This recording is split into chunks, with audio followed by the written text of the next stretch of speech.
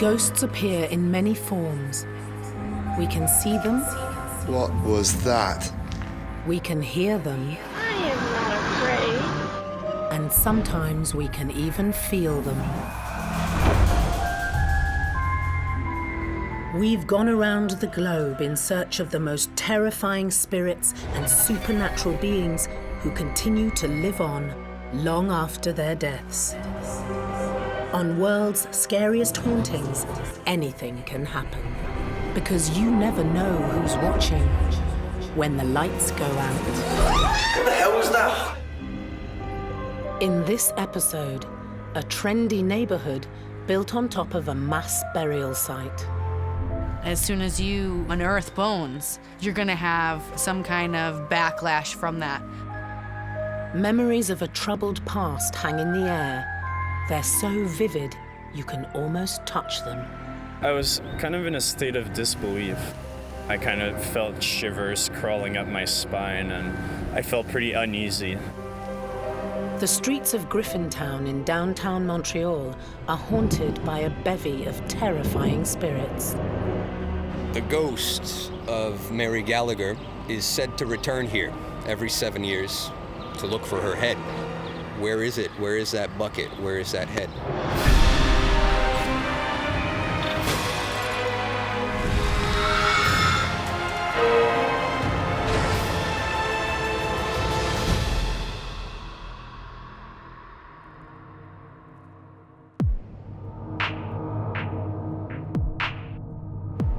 Cosmopolitan Montreal in Quebec, Canada, is an unlikely setting for a series of ghost stories.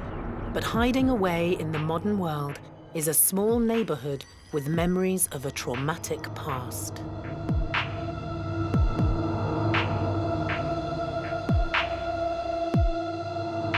Griffintown may look like a burgeoning metropolis, but the swanky apartment blocks and restaurants can only paper over the cracks of a torrid history where famine, disease, and murder were regular occurrences. Anton Golikov runs paranormal tours of the haunted area, known affectionately by the locals as the Griff. There's ghosts everywhere. I think it's a ghost town, right? All the people that got evicted, everybody that just had to leave, you know, a lot of them died. A lot of them passed away here because they had nowhere to go. They didn't have any money. They couldn't move to the other side of the canal. This whole neighborhood was ravaged. So there's a lot of old souls that still permeate this area. It's not uncommon to hear of an entire area that is considered to be haunted, and in the case of Griffintown, it would sort of fit that blueprint very well because there's so much troubled history to the location. So it makes a lot of sense that people might feel that there's something sort of haunted to the area. People often report maybe somebody watching them from behind a curtain or looking in through the new windows from outside the street, or sounds coming from the pipes. Just something is there.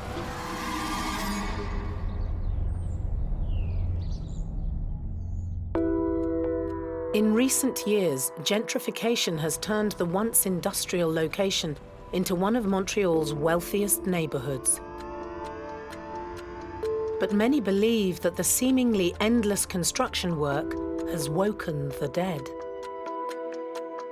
Griffintown is undergoing lots of redevelopment at the moment. It's becoming a new metropolis. There are bones being dug up, and there are spirits that are seemingly now restless as a result of all this redevelopment and building works.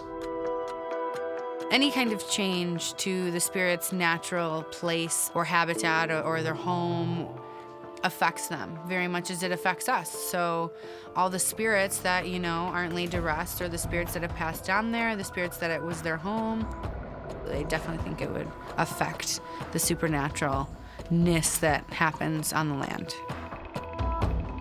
A lot of the residents also around these parts, they feel like there's a presence, you know, particularly in the basements and the foundations of the buildings. So, you know, you build a new foundation like there, you know, you dig a hole, but sometimes you find bodies, bones, all kinds of surprises. One of the spirits who remains very much alive in the local psyche is Mary Gallagher, a local prostitute who lived in an apartment on the corner of William and Murray Streets in Griffintown. The house has been demolished for a while, but the story remains. You'd often see people sitting in lawn chairs on the evening of the anniversary of the death of Mary Gallagher. And oftentimes what they will see is a headless corpse walking around, kind of ambling, probably looking for its head. Some spirits like to show themselves on dates of significance, such as anniversaries, birthdays, or even the date they died. It's fairly common, and there are examples of like grey ladies, red ladies, and those kinds of apparitions, historical apparitions, seen at notably haunted locations on exactly the same date every few years. Mary's story dates back to June the 27th, 1879. Mary Gallagher and her friend Susan Kennedy went out for a bar hop. And they went all the way down to the Old Port, which is a bit of a walk away from here. And they came across this one man named Michael Flanagan, very robust, drunk Irish man, sitting in a bar by himself, drinking whiskey. Perfect client, perfect person to bring over with them. And they started working their charms on him. The trio headed back to 242 William Street. Now, the story has many different angles. The best witness, the most reliable witness, was a woman that lived downstairs. She was a housewife, and that morning she heard, first of all, a scream, followed by just this whacking sound, this continuous kind of whacking into a wooden floor right above her dinner table. And she looked up and she saw a little hole start to form in the wood. And a little bit of blood started dripping down through this new hole in her ceiling. Later that day, the police found the lifeless body of Mary Gallagher. The strangest sight that they saw actually was near the bed. There was a bucket, and in the bucket was her head. So it was a headless corpse bleeding all over the floor. There was axe marks on the wall, axe marks on the floor, so the body had been chopped. And actually that's what caused this hole to form in the lady's ceiling. Despite a lack of evidence, it was Susan Kennedy who was imprisoned for the rest of her life for the murder of Mary Gallagher. The one thing to keep in mind here is that Susie was a little bit jealous of Mary Gallagher. They had this very keen professional relationship, but on the personal level, there was a little bit of jealousy between the two of them. Everybody kind of claimed innocence in this case, but the police pinned the murder on Susie Kennedy because of these stories of jealousy, because of these other clients that had witnessed these two women fighting. Despite being brutally murdered over 130 years ago, Mary Gallagher still visits her now unrecognizable home. We often hear in ghost stories in general this sort of notion of an angry spirit or a spirit that holds a grudge, and perhaps they'd been murdered or there'd been an event that they felt they'd been wronged, and until the spirit can avenge it, then it's not able to ascend to wherever it's going to go next. The ghost of Mary Gallagher is said to return here every 7 years to look for her head that is no longer on the second floor. Where is it? Where is that bucket? Where is that head?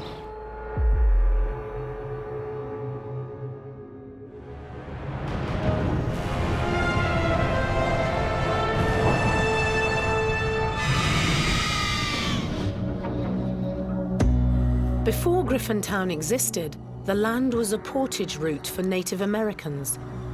After the British arrived in 1760, the area eventually fell into the hands of an Anglo-Irishman named Thomas McCord. While Thomas McCord was on a business trip back to England, he had a very unscrupulous partner that sold his own land to a certain Mary Griffin, where the name Griffintown comes from. The underhand founding of Griffintown in 1799 is very much in keeping with its history ever since. Griffintown is kind of a portrait of Montreal. A lot of demographics, a lot of different peoples came through here. In the 1840s, there was a big influx of Irish immigrants and became a shantytown, basically. One of the biggest shantytowns in North America. The neighborhood never recovered and remained an impoverished area of Montreal. This place was eventually rezoned by the mayor of Montreal in the 60s, and because of that, we saw one of the mass deportations of people from a neighborhood, and from what was a large population of 85,000 people, went right down to about 2,000, 1,000 people. A lot of the unwanted things were brought here to Griffintown and dumped into this canal. With such a checkered history, it's no surprise that the ghosts of the past have been awoken. I think that this place, like I said, has seen a lot of tragedy. It's seen a lot of death from disease, from crime, just a lot of suffering. A lot of people's suffering still remains here. The energy is still very heavy. You could walk down the street and feel like something is following you. And that's probably the past that's following you. A past full of anguish that refuses to be forgotten.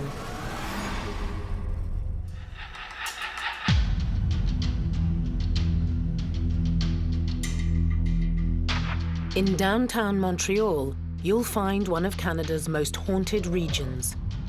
Founded in 1799, Griffintown sits uncomfortably in the modern world, a neighborhood with a dark past. The Lachine Canal is the lifeblood of the district known as the Griff. In the 1850s, this whole place expanded. The canal actually grew for bigger shipping, bigger boats that would pass through here. You see this swing bridge, which is behind me over here, and it connected Point St. Charles, which is on the other side, to the Griffintown, which is here. The Wellington swing bridge is no stranger to tragedy and supernatural sightings. On the bridge, it's been reported that there's a ghost of a little boy that is walking along the bridge to the very, very edge of it, right on the left over there. He's wearing a suit. He's well dressed. He's looks like he's returning from church or something like that. And he seems to be in a rush. He seems like he's going somewhere in a rush. And he starts to run at one point at the end of the bridge, and then he jumps and just disappears, so we don't see him anymore. Don't know if he's fallen or something. It looks like he's just gone. Reports from September 1908 tell of the 13-year-old boy's horrific death. So the operator in this building over here pulled the lever, the bridge went to its position right like that, and the boy was waiting in the middle of the bridge for all the shipping to pass. And then as the bridge started to turn, he started to run, and he wanted to jump onto the embankment over here, and unfortunately he fell, and he got crushed as the bridge came into place.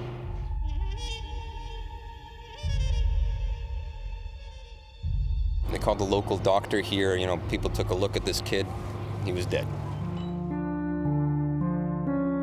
His name was Arthur Carr, and they put out a notice, Arthur Carr dead at the Wellington swing bridge, and nobody claimed his body. His parents never came. There was no family that came to claim him. The theory is that his spirit still remains here, untouched, and still tries to cross this bridge every now and then. The boy that's seen frequently running across the bridge in a sort of reenactment of what happened the day he died. So that would be considered a residual ghost. It's sort of the notion of something being played out over and over again. I think you could say that would be linked to the weight of the tragedy of the event, which is, it was a young boy that was killed in quite terrible, gruesome circumstances, and B, that apparently his parents weren't around, or no one ever claimed the body. So I think that a story like that is retained in the public consciousness for a very long time, and that would contribute to this idea of it apparently sort of being seen quite often. Makes a lot of sense to me, because he's waiting for somebody to probably come get him and show him the way home. Can you imagine being a little kid and losing you know, your place or where you were, or not knowing where your parents are and being stuck in almost your own cosmic loop of trying to figure and find out and being scared. And so that's definitely why he's still there, and that's just so sad. He needs a spirit rescue. Anton has experienced the ghost of Arthur Carr firsthand while taking a paranormal tour around the canal. We were standing around here and I was telling the story about the boy getting crushed right over here. And as everybody peered over the side, a big splash came in the water. Didn't make any sense. It was like an upward splash. It wasn't like something fell in, but like something was trying to come out. We all witnessed this. Nobody threw a rock or anything. There's no reason for that to happen. We all just kind of acknowledged the fact that maybe the spirit still does live around these parts. Obviously, a tragedy has happened on that bridge. That poor boy lost his life, so he will still be trying to make that jump now. As a spirit child, he'd still be trying to make that jump, so people will be able to see him. People often say, what is a ghost doing, or what is their purpose? Are they trying to remind us of the past? Are they trying to hold on to some kind of piece of the past? I'm not sure. I think that the spirits relive certain traumatic events that might have happened to them. And they relive them over and over and over again because there's a certain kind of, disbelief. There's a certain kind of agony in the way that they died. And that's something that remains here. If you stand around here, you could really feel that kind of vibration, you know?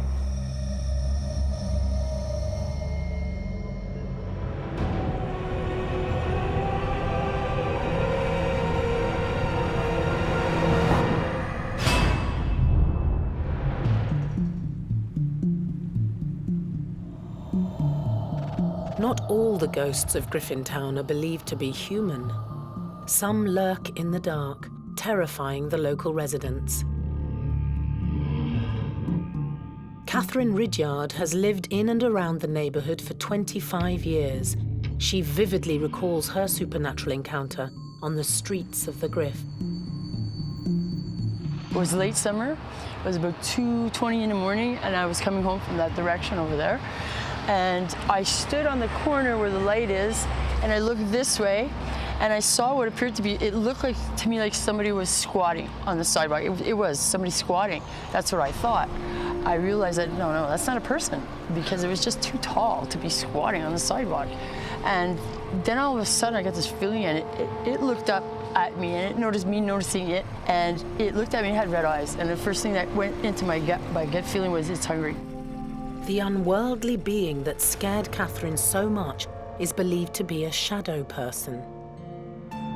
Shadow people is a name given to a spirit that looks or resembles a dark shadow. It's normally faceless and they move within the shadows. Some are seen as being darker than the dark of the actual area they're seen in. Some say time travelers, some say nasty negative spirits, some just say it's a manifestation of spirit. Some say it's your own shadow. So it could be a vast array of different things. I mean, I could tell the outline of it looked like somebody was like a big frog, almost like in appearance, sort of. But it was a black shadow, and it had like a head, but it had also red eyes, and it scared me.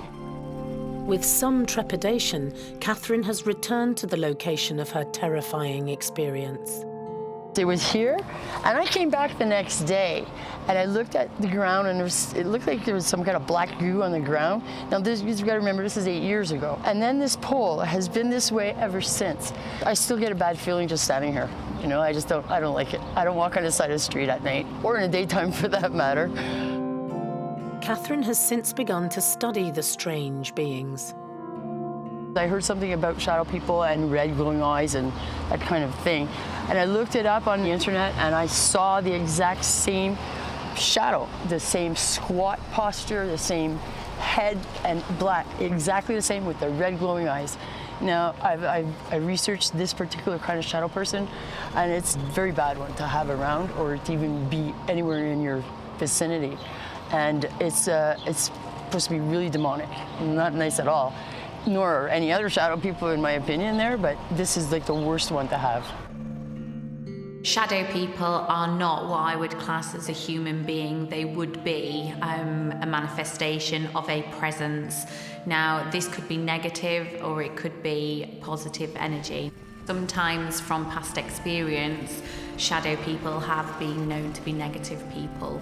So the fears of the feelings of being watched and fear and panic and things like that are usually associated with shadow people. Catherine has continued to be haunted by the dark shadows. I started getting sick and things started happening, like bad luck stuff. I was hearing knocking noises in my room. I refused to sleep in my bedroom anymore after that. I would stay at the kitchen table, and that was freaky too. I took a picture in a mirror and this thing was beside me in the mirror and it wasn't there when I was in the bathroom taking the picture. In all walks of life, we can sit there and say 7 years bad luck comes from smashing a mirror. You know, how many times is that actually true? Whereas if you come into contact with a shadow person, there could be a negative presence associated with that she would have sat and probably thought to herself that I've seen this and this could be associated with it. Catherine is on the road to recovery, but she'll never forget the night she came face to face with evil. If I hadn't noticed it as quickly as I did, it hadn't noticed me before I noticed it. I think I may very well have disappeared, you know, like, because I think in that alley there's something, there's a doorway or something, and like this pole here is still here, and it's still like looks like it's eaten away, and I think it comes out once in a while, and it might just grab somebody. Just standing here gives me goosebumps. My health has improved 100%. I'm happy about that. But I'm also, you know, I'm very wary of things. I believe that things go bump in the night, and that's the way it is. And in Griffintown, there are many other spirits that go bump in the night.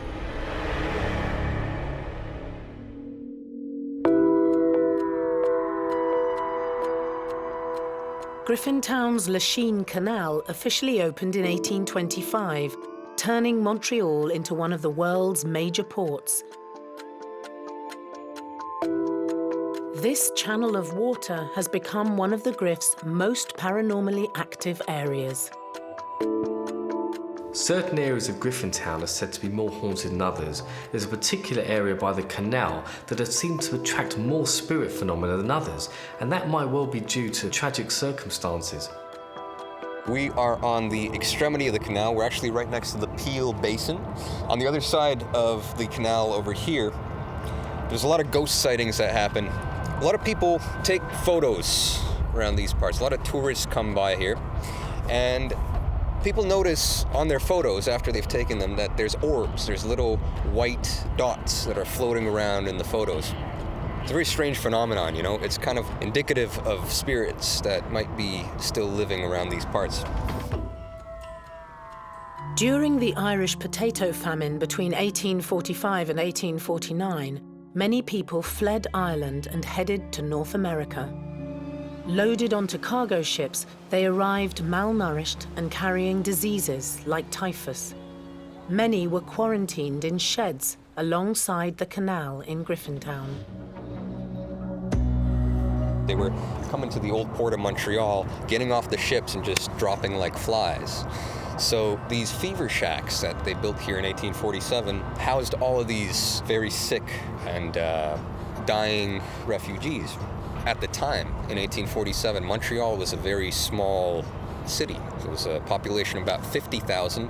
All of a sudden have to accommodate 75,000 new people.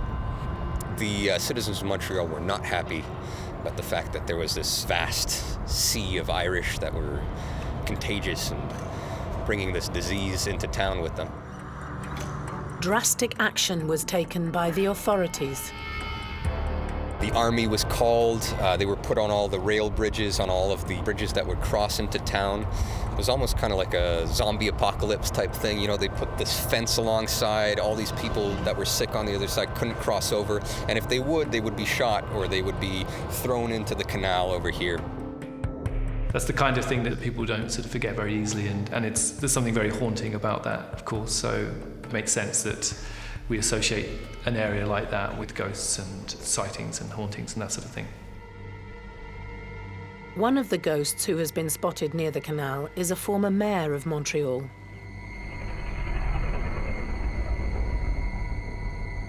In 1847, there was a certain John Easton Mills. He was actually American, but he was the mayor of Montreal, elected.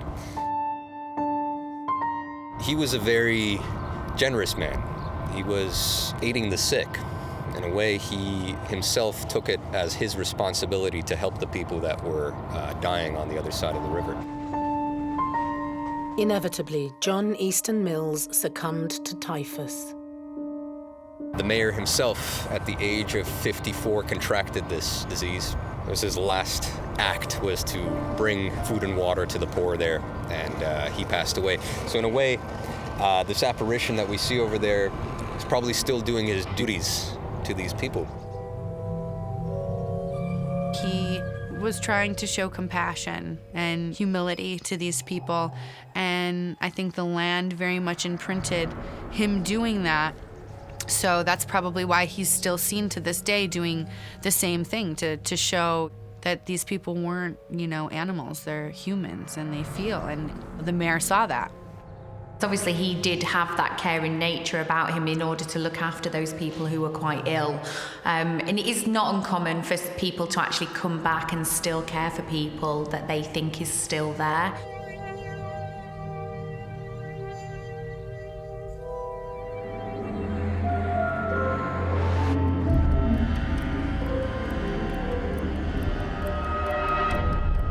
The typhus epidemic of 1847 claimed the lives of 6,000 people. The victims of this tragic event are buried just below the cycle path that runs alongside the Lachine Canal today. There was so much death that they had to build trenches to get rid of the dead.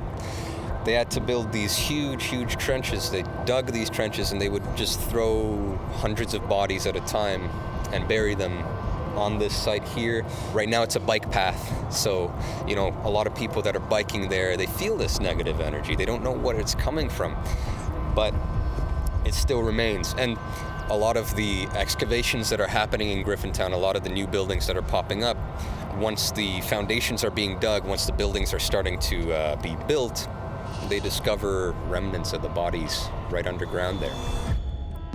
One man who is more than aware of the paranormal energy that crackles in the air of the Griff is Louis Lemontagne.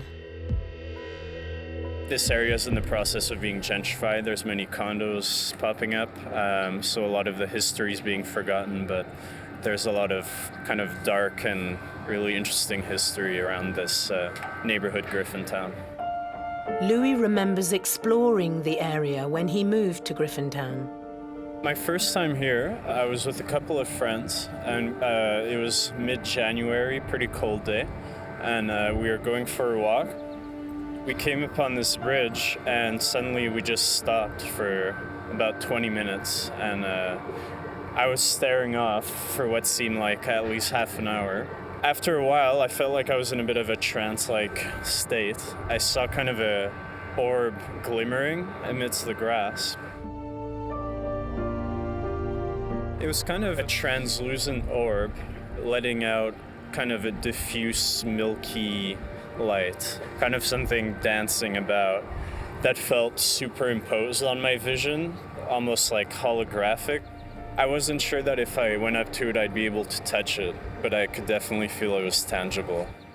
Orbs are thought to be essentially disembodied spirits of, the people who have died and sort of unable to leave or pass on to wherever a spirit would go after death.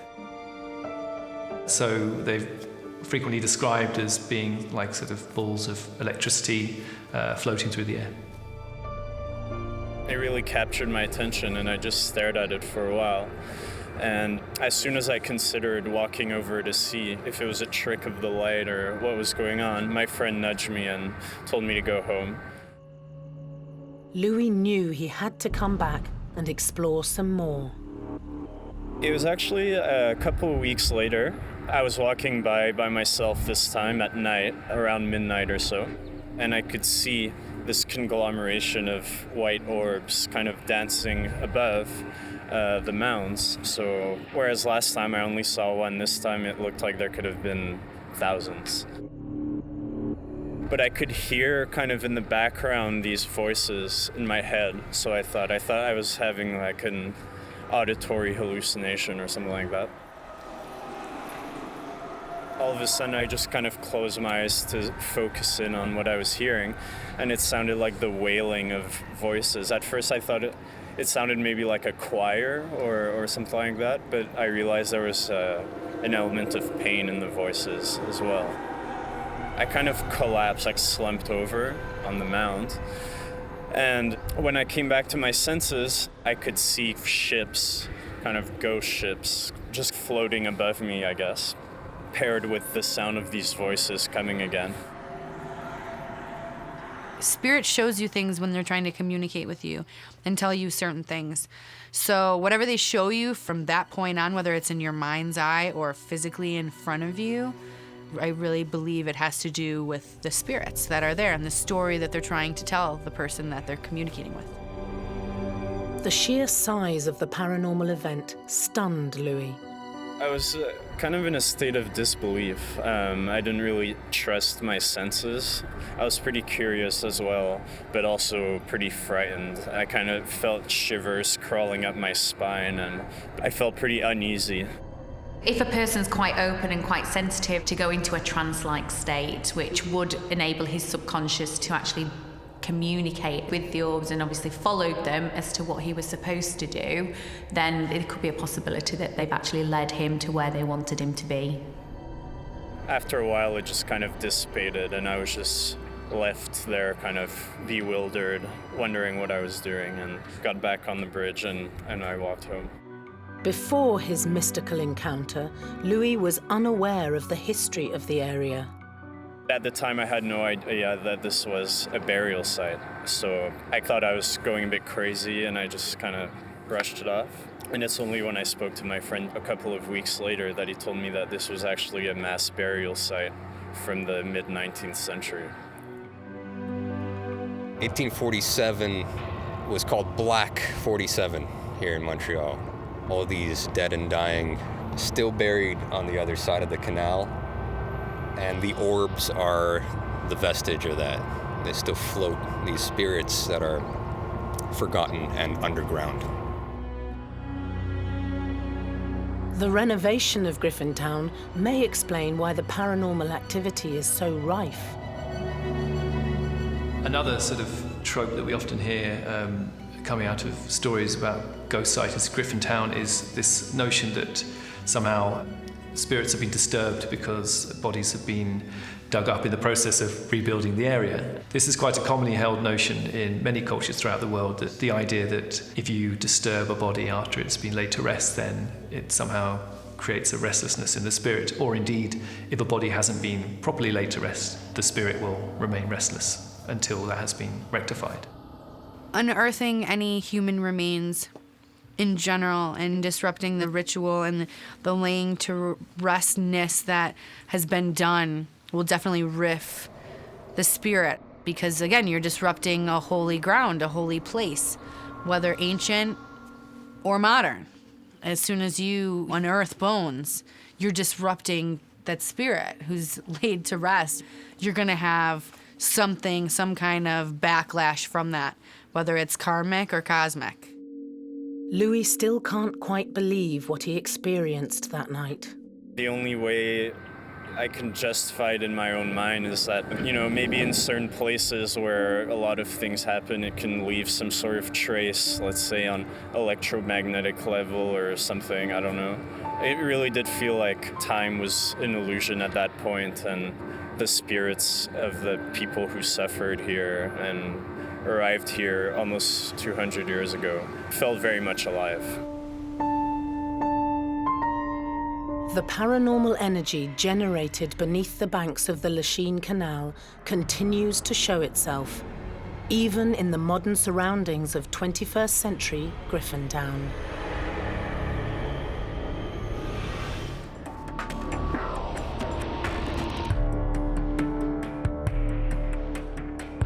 Many of the ghosts of Griffintown are believed to be projections of its traumatic history, but one of the most iconic landmarks harbors spirits from a more recent past.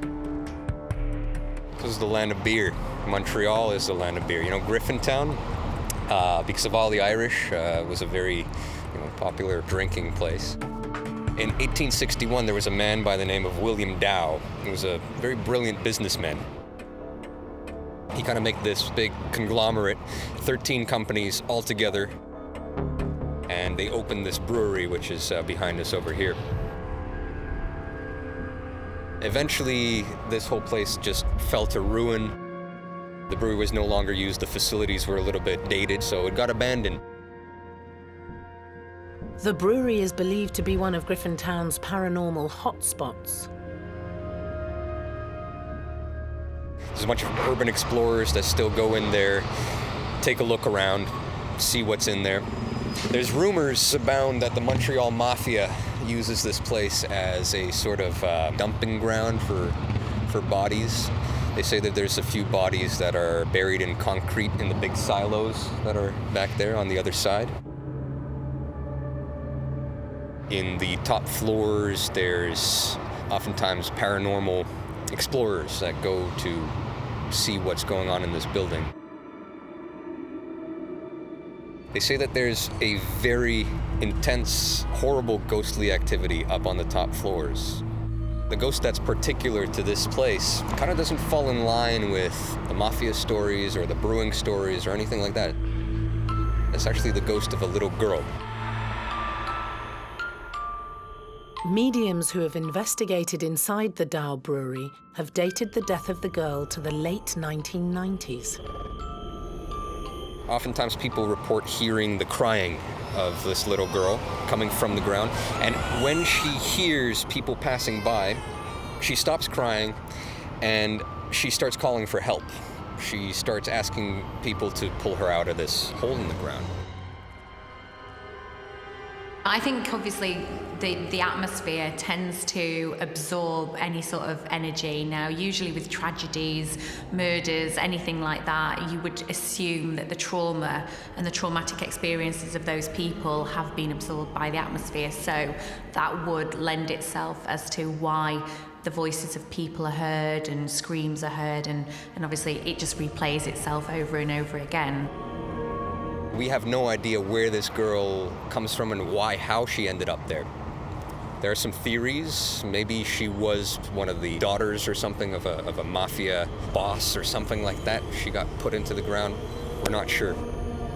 But she's definitely in there. She's crying for help. And if ever you go in there, you'll feel that energy up on the top floor.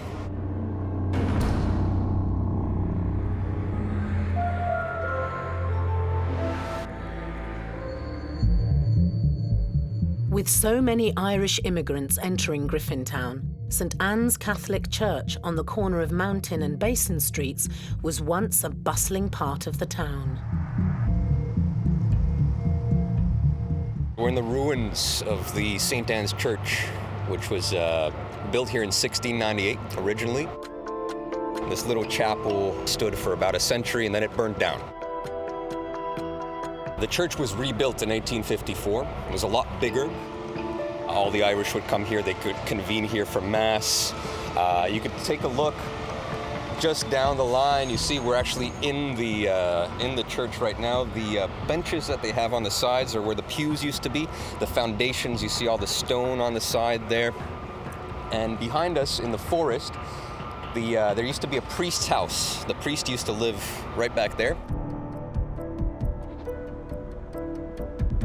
During the 1960s, Griffintown was turned from a residential area into an industrial zone. A lot of buildings got knocked down, demolished. Population of about 100,000 shrunk right down to about 2,000 people. Everybody got moved to the other side of the river over there. Everything became parking lots, industrial areas, big factories on either side of the canal. And there was nobody to come be the parish anymore, so they knocked it down as well. And these are the ruins that remain. Although the building is gone, the energy has remained within the footprint of the church. A lot of people are reporting that they're hearing certain things in the middle of the night.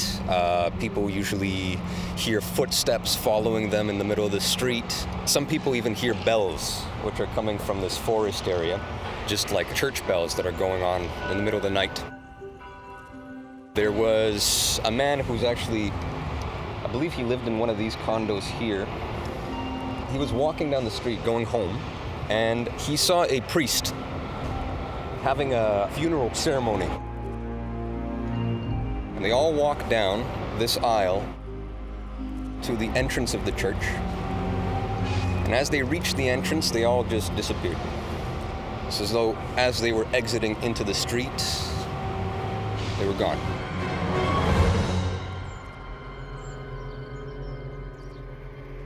Now, there was no noise, there was no sound. But the person who witnessed this said that the mouths were open, they were singing, and there should have been noise. This is an example of a residual haunting, because the spirits seemingly moved through, oblivious to their surroundings, and then suddenly disappeared. Somebody obviously passed away that was grave importance to the land or the people that are in the procession, and it made an imprint on the land, so it shows itself from time to time replaying as residual energy does.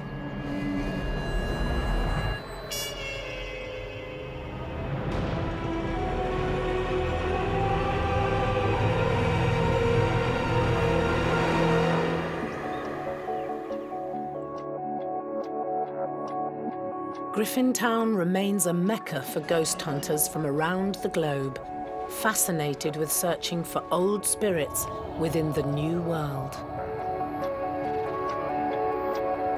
I definitely believe that towns can be haunted, especially with the type of history that Griffintown has, with all of the Irish immigrants that fled the potato famine and came over on boats with horrible conditions, and they were sick, and then they died, and then they just threw them in mass graves in the canal. I mean, so the canal is just a mass grave that would definitely hold a lot and bring a lot of energy.